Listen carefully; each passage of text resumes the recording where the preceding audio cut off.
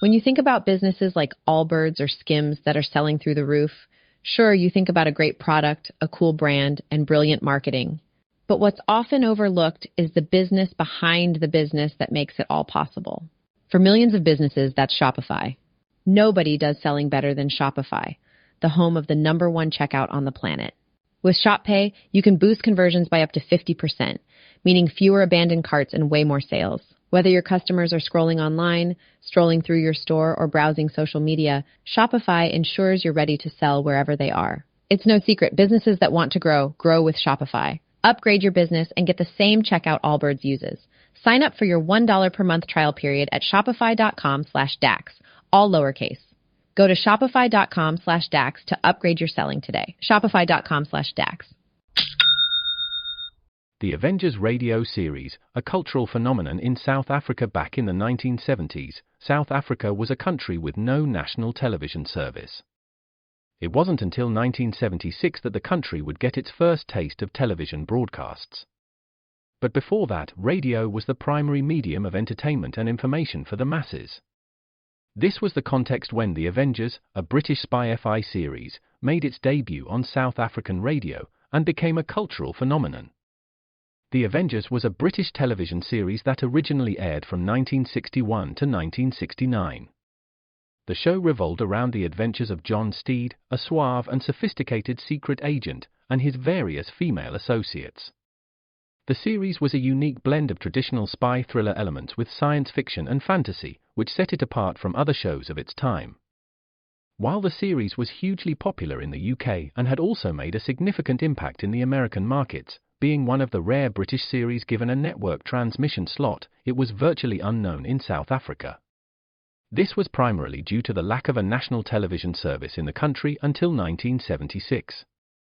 However, as a film series, The Avengers was able to gain some exposure in South Africa through film rentals. But it was the launch of the radio series that truly brought The Avengers to the masses in South Africa. Come and listen at www.myclassicradio.net.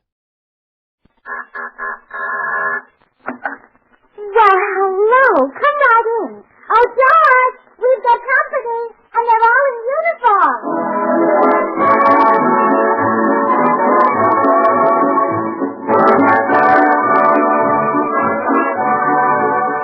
This is Bill Goodwin, inviting all you servicemen and women to enjoy another pleasant visit with George Burns and Gracie Allen, our tenor Jimmy Cash, and Felix Mills and his orchestra. And now meet the people who live in the Burns house, George and Gracie.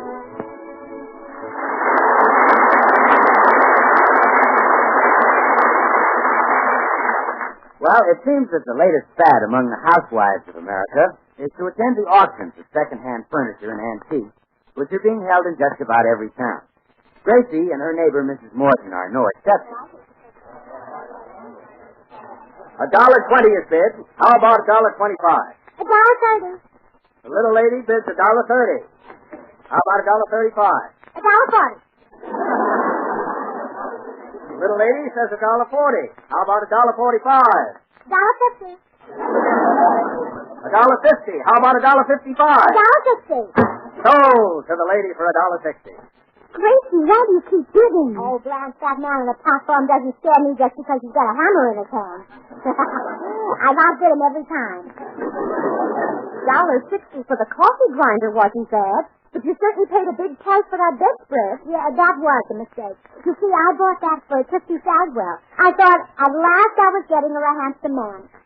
By getting her a bedspread, oh, when the man said with sex, how did I know he didn't mean Sonny? Pardon me, ladies. The articles you bought this afternoon come to exactly $40. Oh, good grief. I didn't know he bought that much. I'm almost broke, Gracie. Me too. Mr. Auctioneer, just send us a bill the first of the month. Oh, sorry. This is a cash sheet. Can't pay. You shouldn't have bid. Can't pay? My good man, have you a blank check on the Southeast Branch of the Northwest Canadian Farmers and Merchants Banking and Trust Company? Yes. You have?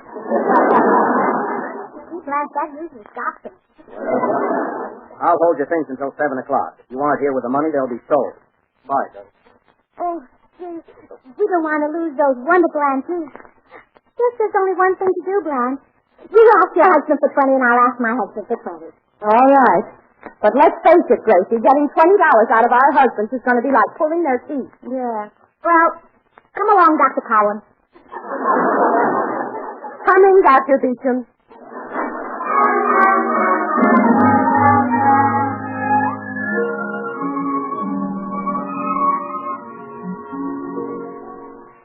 The car's in the garage, Brian. George is home. So's Harry. You think George will give you the $20, Oh, sure. I've got a system that never fails. Harry. I tell him how sweet he is, handsome and smart. That's the system I use on Harry. And then if that fails, I flood him with a bowl. Oh, my goodness, I've never laid a bowl on George. Except to cut his hair. Well, just so you get the 20. I'll catch with you later. Hello, honey. But, Johnny, what are you doing here? Johnny? Oh, it's you, Judge. I thought you were Johnny Weissmuller.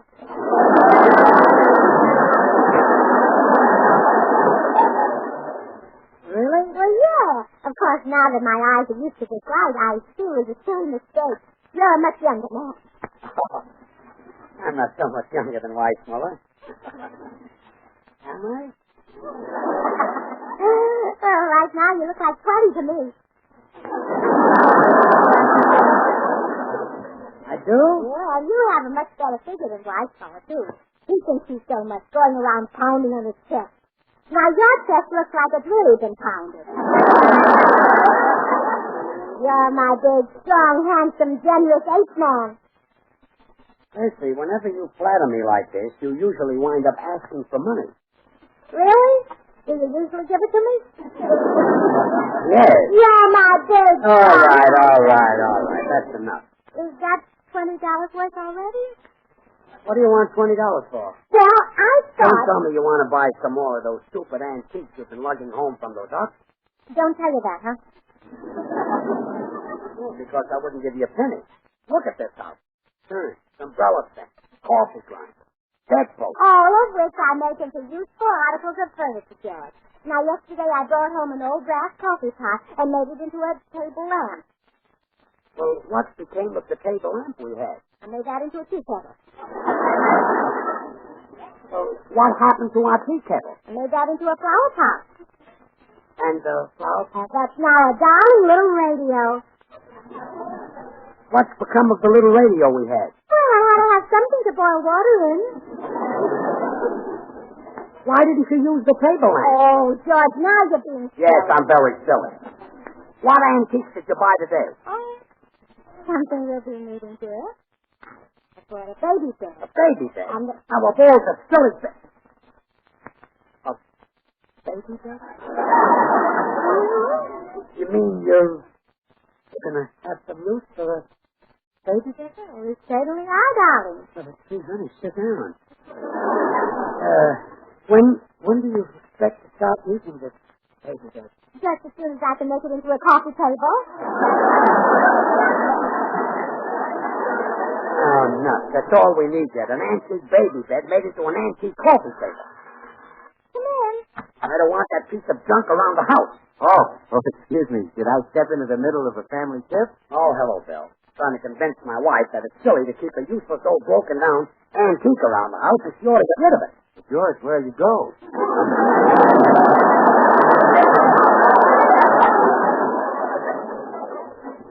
You're a scream, Willie. I'm going upstairs. Oh, Bill, now you've made him mad, and I never will get the 20 I need. Unless, maybe I borrowed it from you? Sure, Gracie. I can let you have 20. Oh, you're a sweet. Oh, I'm glad to do it. I'm sure 20's enough. You can have 40 if you want it. Well, Bill, will you lend me the $20? George wouldn't give me a cent. Well, gee, Gracie, I really haven't got it. Besides, if George doesn't give you any money, you can't pay it back. Can't pay it back. My good man, have you a blank check on the Southeast branch of the Northwest Canadian Farmers and Merchants Banking and Trust Company? Yes. I must find a new bank.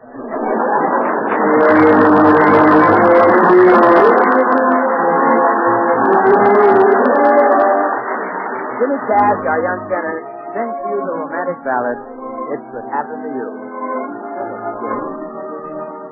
Hide your heart from sight, love should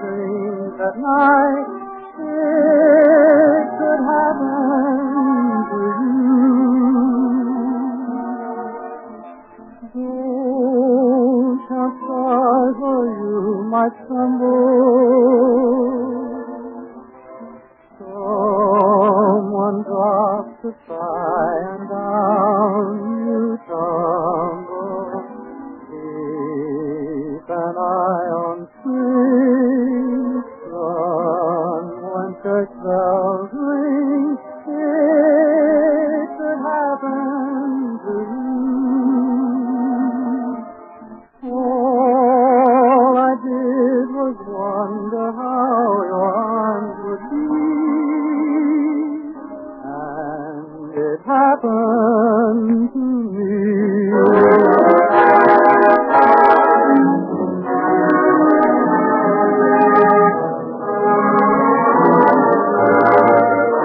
It could happen to you.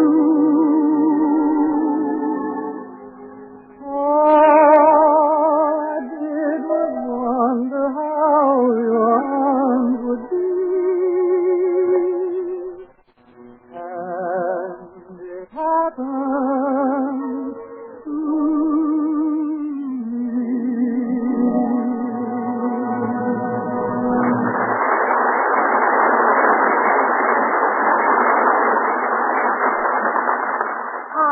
Don't you think there's some way I can get $20 from George? Well, why don't you wait till he goes to sleep and take the money out of his billfold? Oh, no, he'd wake up. Well, not if you were real quiet. Oh, yes, he would. I'd have to turn him on his back to get to the inside pocket of his nightgown.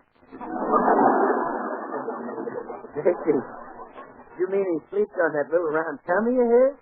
Oh, yes. You see his feet and his head kind of balanced, and with just a little start, he can rock himself to sleep. Let's get pretty seasick in it, Ursula. Yeah. Well, you see, Bill, the trouble is that I don't dare tell George what the $20 is for. If he finds out it's to pay for antiques, he'll have a fit. Here he comes downstairs. Gracie, I'll see you a little later. I'm going to run down to the cigar store. Oh, George, before you go, can I have that $20? What's it for? 2 pennies would be all right. Oh, 4 5. What's it for? Oh, you can give me 5 4.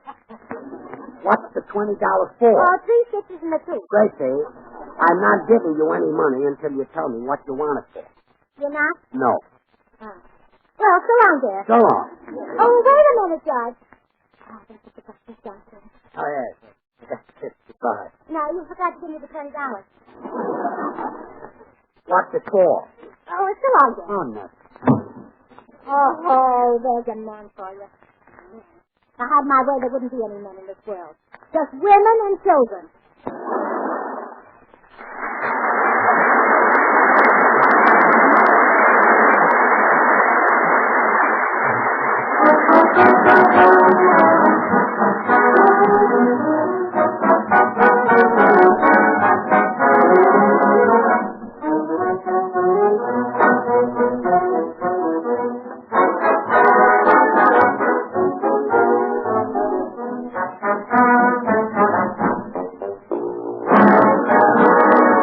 Brothers and sisters, and sisterettes, the good Deacon Jones sends his deepest regrets. Yowza. To the members of the flock who are new around here, there's something about the deacon that we want to make clear. Who is honored and respected Deacon Jones, who's so kind and unaffected Deacon Jones. When a sin is molten gold, who will share his bed of woe, Lordy, Lord, hallelujah, Deacon Jones. Who's so handsome and good-looking? Deacon Jones. Yes, sir. Who can smell that rooster cooking? Deacon Jones. That's right, brother. Who gets all the kitchen bread? He's the triplet for the rest. Lordy, Lord, hallelujah, Deacon Jones. Deacon Jones. Deacon Jones. Lordy, Lord, hallelujah, Deacon Jones.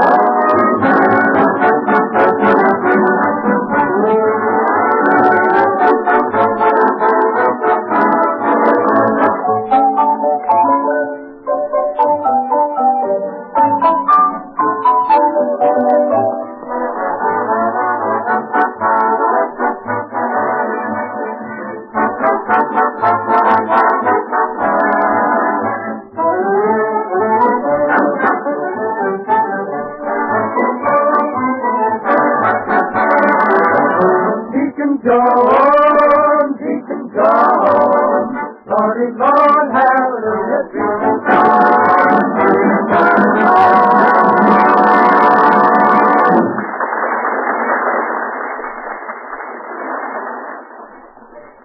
Well, Gracie, go. Excuse me, Bill. Come in. Good afternoon, Mrs. Burns. Hello, Mr. Postman. Why, Mrs. Burns, there's a frown on your pretty little face today. Have you been fooled by the fickle finger of fate? No, I'm just upset because my husband wouldn't give me any money. The brute. He doesn't realize how lucky he is to have you. I wish you were my wife, Mrs. Burns. We could make such beautiful music together. Mr. Postman, you mustn't say things like that. We could have such a wonderful married life. We just sit around all day and make one another laugh. Mr. Postman, please, I'm happily married. You don't realize what you're saying. Oh, forgive me. I lost my head. I'm such an impetuous boy. Well, goodbye, Mrs. Burns. Remember, Molly.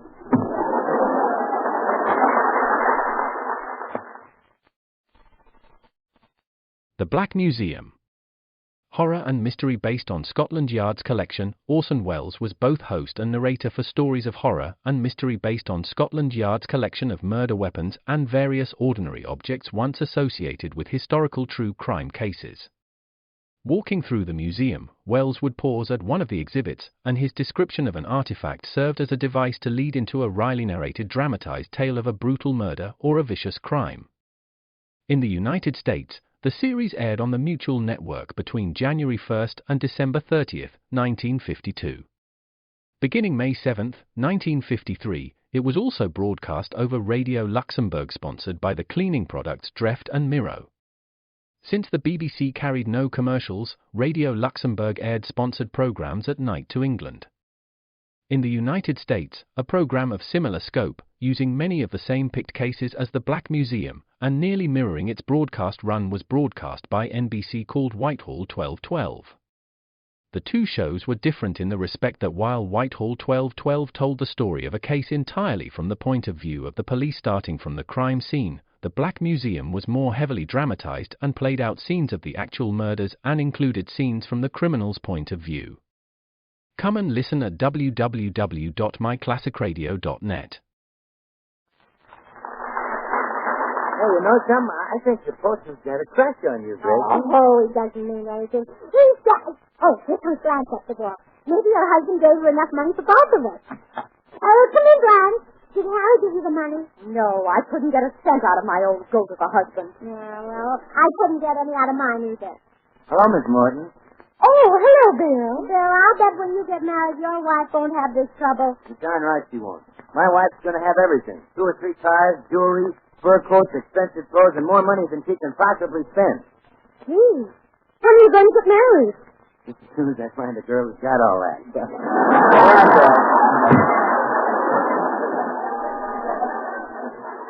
Well, Gracie, what are we going to do? We haven't got the money there by 7 o'clock. That auctioneer will sell everything. Yeah, I know. And that's that wonderful antique. That big, beautiful chest with Napoleon's picture on it.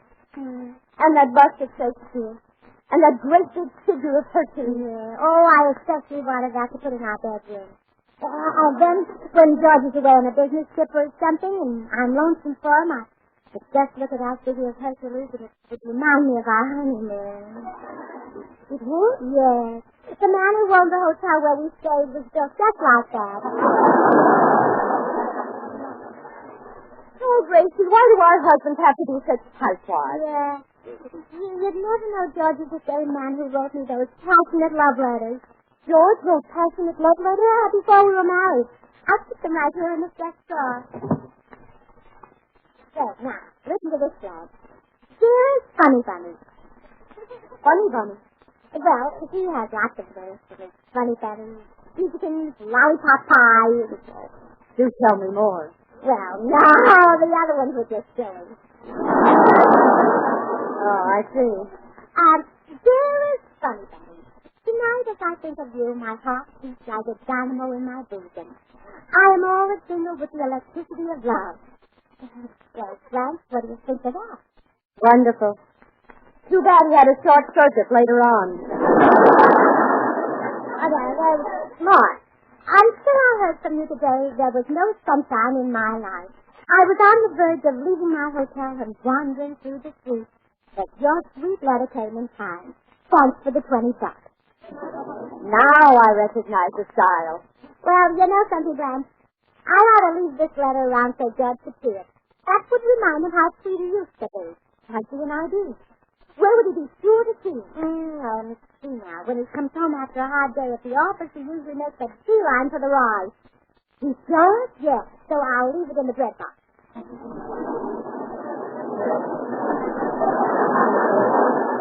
I think I'll just leave it here on the table, Gracie. Yes. Oh, all right, then.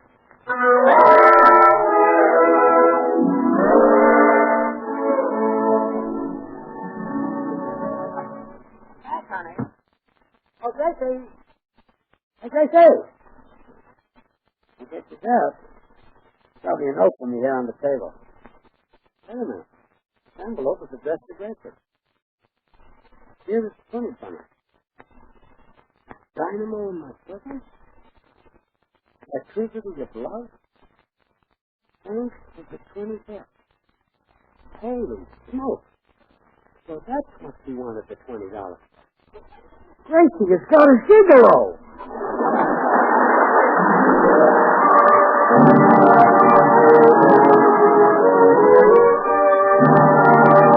Time for Felix Mills, Miss Orchestra. Here, Kentucky.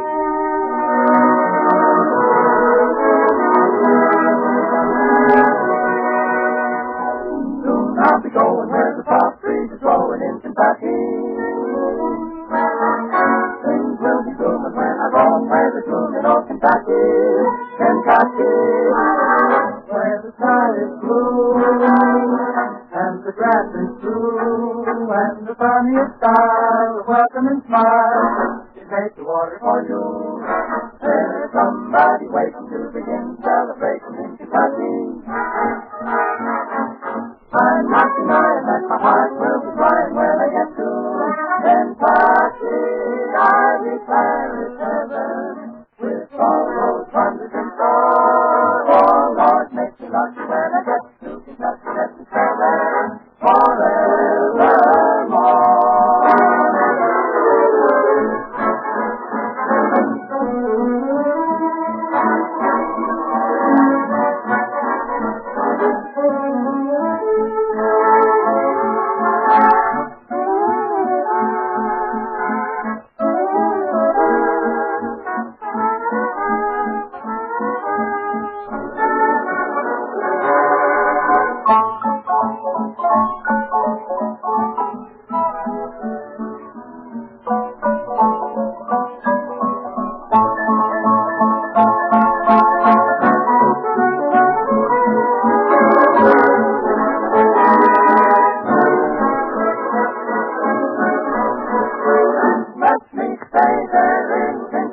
forevermore.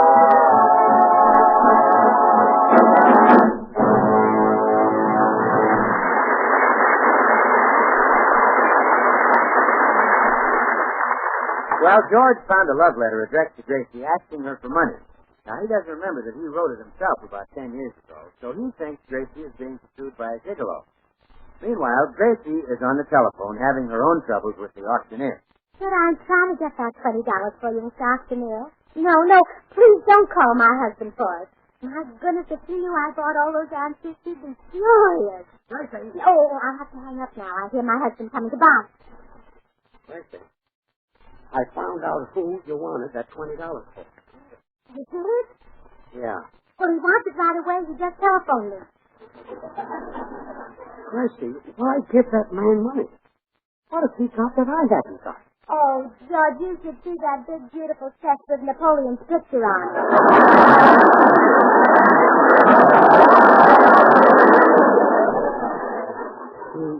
He let you see his chest? Well, I even pounded on it to see how strong it was. Gracie, you didn't. Well, sure, lots of women did, even Mrs. Martin.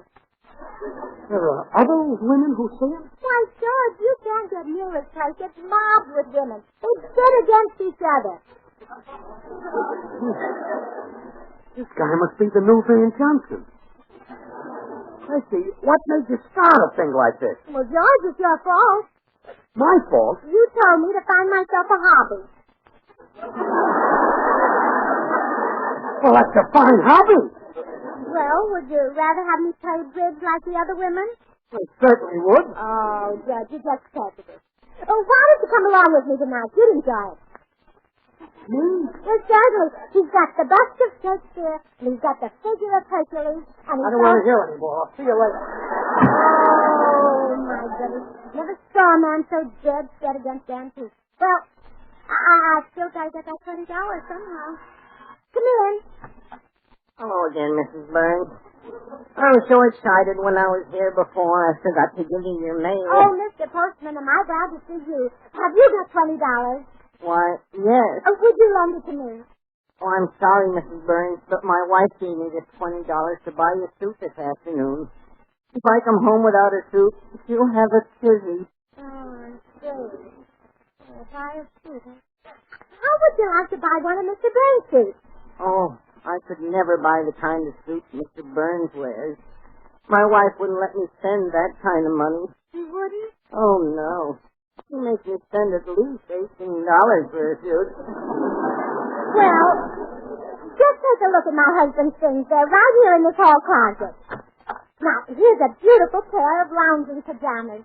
Oh, they are nice. I just love those flowers on them. And I'm afraid the pants wouldn't fit me. Oh, nonsense. You just gather them up in the back and you have a beautiful bouquet to sit on. Well... Oh, and here's a handsome sports jacket, Mr. Postman. Why don't you slip it on? All right, I will.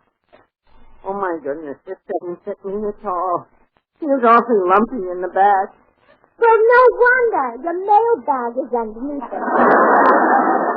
Move the bag around to the front and it'll fit you just like it does George. I'll take it. Oh, good. And how about this nice double-breasted blue?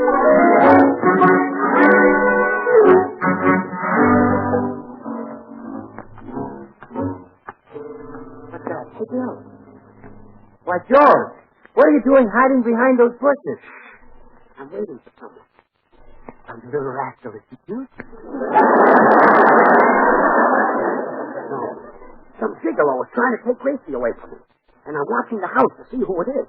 Don't fool him. Well, has anybody gone in? Nobody but the postman so far. Oh, the postman. Oh, well, there's nothing to worry. Wait a minute. Postman? George, he's the guy. Now, Bill. True. I overheard him talking to Gracie this morning. And he was giving out with a big romantic line. The postman? Yes. Bill, don't be ridiculous. What could Gracie see in that scrawny, broken-down little runt? Well, maybe she likes your type. It's just a postman. Bill, how could you think that a little sort of... Hey, he's carrying my suit. And my shoes. And my sports jacket. Why, he's even got my shaving mirror. Oh, George, you're looking at the pants of your blue serge suit. Oh, the postman is the gigolo. Gracie couldn't get the money for him, so she's giving him my clothes instead. Why, I'll break every... Bill, hand me a club. Oh, never mind. Hey, Mr. Postman, come here. You call me Mr. Burns. Put up your fist, you little gigolo. Oh, help! Mr. Burns! Mr. Burns! George, what are you... Why, George Burns the idea of picking on that little postman. You let go of him this minute so we can get up off your chest. Okay, but I caught you. So he's the gigolo who wanted the $20 for. Gigolo? What gigolo? I wanted the $20 to pay the auctioneer for the antiques I bought today. What's the point? The postman, my gigolo. The idea of you thinking I'd have a poster talking popper. Okay. But who wrote you this love letter? Let me see. Why, George, you wrote this to me. I did? Well, certainly. I've saved every one of your love letters, darling. Really? Well, sure. It's the only record I have of how much you owe me. Well, let's go in the hall. George and Gracie will be back in a second.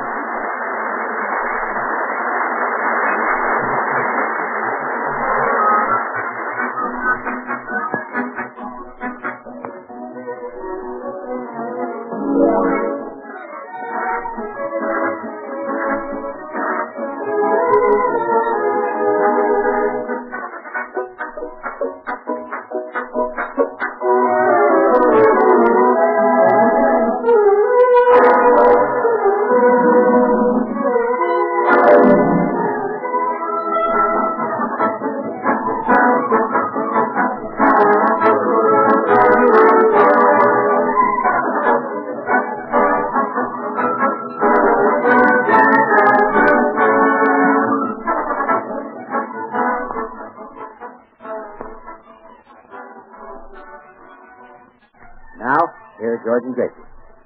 Gracie, I've just been looking over the bills for these antiques. Do you realize that in the last month you've spent $160 of my hard-earned money? Well, George, if that's the way you feel about it, I'll pay you back. You can't pay me back. You haven't got any money. Haven't got any money? My dear husband, have you a blank check on the Southeast branch of The Northwest Canadian. All right, good night.